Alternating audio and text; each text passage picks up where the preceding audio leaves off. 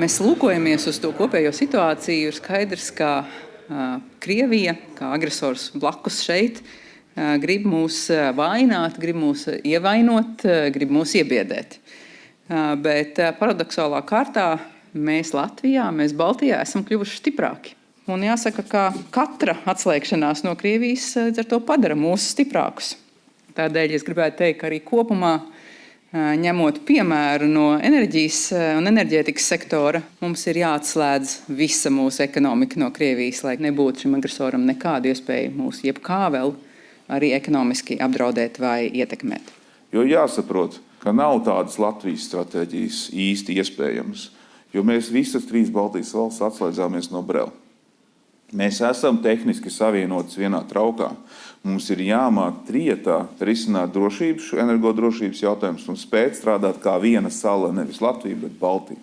Bet viena lieta, kas visiem ir jāsaprot, elektrība ir mirkļa produkts. Mirkļa produkts. Ja tajā mirklī nav, tad vienkārši nav, un tā ir milzu problēma. Nav tāda ideālā pasaule, kur mums ir saules un vēja enerģija un tikai.